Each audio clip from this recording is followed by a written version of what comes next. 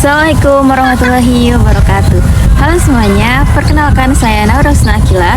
Pada video kali ini kita akan membahas topik yang sangat menarik dan penting, yaitu sejarah peradaban pemikiran ekonomi Islam pra-cendekiawan Muslim versi Ibnu Taimiyah dan Ibnu Khaldun.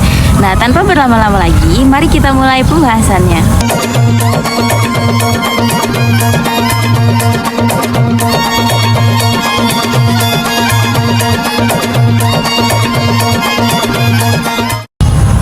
Pertama-tama, mari kita pahami apa itu ekonomi Islam. Ekonomi Islam adalah sistem ekonomi yang didasarkan pada ajaran Al-Quran dan hadis. Tujuan utamanya adalah untuk mencapai keadilan sosial dan kesejahteraan umat manusia, terkhususnya umat Islam. Prinsip-prinsip dasar ekonomi Islam meliputi larangan riba, keharusan zakat, dan pentingnya distribusi kekayaan yang adil. Nah, ekonomi Islam sendiri bermula pada zaman Nabi Muhammad SAW karena beliau sendiri adalah seorang pedagang yang dikenal jujur dan adil. Zakat diwajibkan untuk membantu distribusi kekayaan yang lebih merata dan mengurangi kemiskinan. Selain itu, praktik wakaf juga diperkenalkan sebagai bentuk amal jariah yang bermanfaat bagi masyarakat luas. Adi Warman Akarim dalam bukunya Sejarah Pemikiran Ekonomi Islam menjelaskan bahwa sistem zakat dan larangan riba menjadi pilar utama ekonomi Islam yang bertujuan untuk mengurangi ketimpangan sosial dan mendorong pertumbuhan ekonomi yang inklusif. Nah, sedangkan pada masa Khulafaur Rasyidin, kebijakan ekonomi yang berlandaskan prinsip-prinsip Islam terus dikembangkan.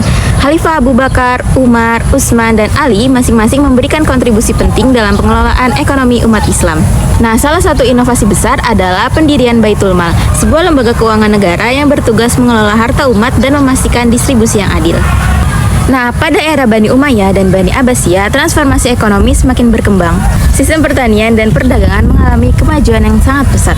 Pasar-pasar besar didirikan dan perdagangan internasional menjadi lebih luas. Institusi keuangan seperti Baitul Mal semakin kuat dan pengawasan pasar seperti Hizbah dilakukan untuk memastikan praktik ekonomi yang adil dan bebas dari penipuan. Singkat saja pengenalan dan sejarah ekonomi Islam pada masa Nabi Muhammad sampai era Bani Abbasiyah. Selanjutnya, mari kita mengenal ekonomi Islam dari era pemikiran para cendekiawan Muslim.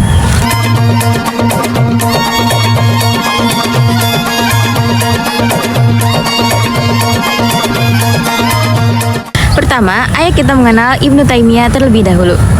Nama lengkap Ibnu Taimiyah adalah Taqi ad-Din Ahmad bin Abdul Halim bin Abdussalam bin Taimiyah. Ia lahir di Haran pada tanggal 22 Januari 1263 Masehi atau 10 Rabiul Awal 661 Hijriah. Ayahnya adalah Abdul Halim, pamannya adalah Fakhruddin, dan kakeknya Majduddin merupakan ulama besar dari mazhab Hambali. Pada masa kecilnya, ia mengungsi akibat penyerbuan suku Mongol dan tiba di Damaskus bersama orang tuanya pada tahun 1268 Masehi, ketika ia hampir berusia 6 tahun. Setelah kematian ayahnya pada tahun 1282 Masehi, Ibnu Taimiyah menggantikan posisi ayahnya sebagai guru besar hukum Hambali dan menjabat dalam posisi ini selama 17 tahun. Nah, karena kecerdasan dan kejeniusannya, Ibnu Taimiyah yang masih muda berhasil menamatkan studi dalam berbagai disiplin ilmu seperti tafsir, hadis, fikih, matematika, dan filsafat, serta ia menjadi yang terbaik di bidangnya. Ibnu Taimiyah menggunakan istilah-istilah seperti kompensasi yang setara atau iwad al-misl dan harga yang setara seperti saman al-misl untuk membahas masalah harga. Konsep Ibnu Taimiyah tentang kompensasi yang setara berbeda dengan konsep harga yang adil. Menurutnya, prinsip-prinsip ini terwujud dalam beberapa kasus berikut. A. Ketika seseorang harus bertanggung jawab karena menimbulkan bahaya bagi orang lain atau merusak harta atau keuntungan. B. Ketika seseorang memiliki kewajiban untuk mengganti sejumlah barang atau keuntungan yang setara atau membayar ganti rugi atas kerugian orang lain. Yang C. Yaitu ketika seseorang diminta untuk menentukan akad yang rusak, al-uqud al-fasidah, dan akad yang sah atau al-uqud al-sahihah dalam kejadian melenceng dari norma dalam kehidupan dan kepemilikan. Nah, sekarang mari kita mengenal tentang Ibnu Khaldun. Ibnu Khaldun yang bernama lengkap Abdurrahman Abu Zaid Waliyuddin Ibnu Khaldun dilahirkan di Tunisia pada awal Ramadan tahun 732 Hijriah atau sekitar 27 Mei 1332 Masehi. Secara silsilah, Ibnu Khaldun memiliki hubungan keluarga dengan Wail bin Hajar atau salah satu sahabat Nabi yang terkenal. Keluarga Ibnu Khaldun berasal dari Hadramaut Yaman yang dikenal sebagai keluarga berpengetahuan luas dan menduduki berbagai jabatan tinggi.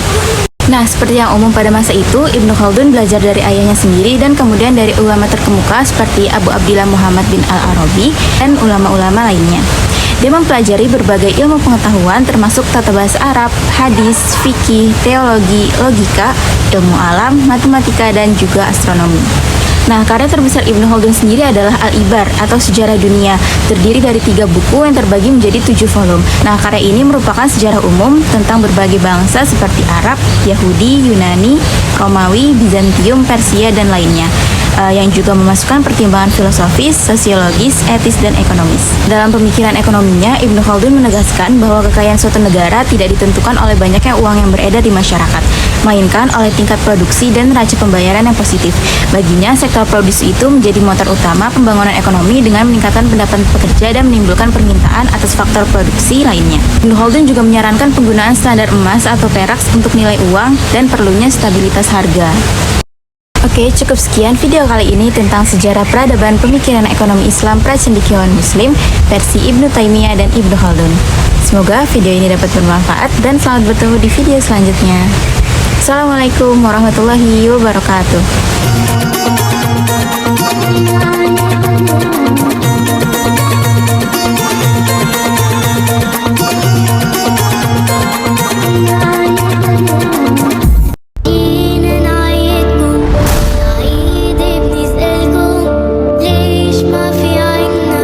Tidak perlu beragama Islam untuk sadar kelakuan Zionis Israel yang kejam.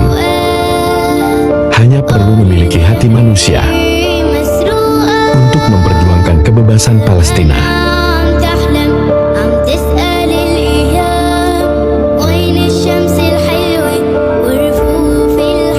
Majulah wahai pemuda, bergeraklah wahai pemudi.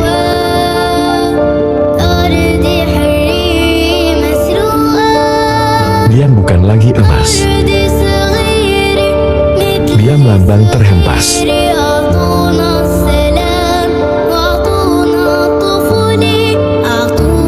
Kita bebaskan Al-Aqsa. Kita panjangkan asa para syuhada.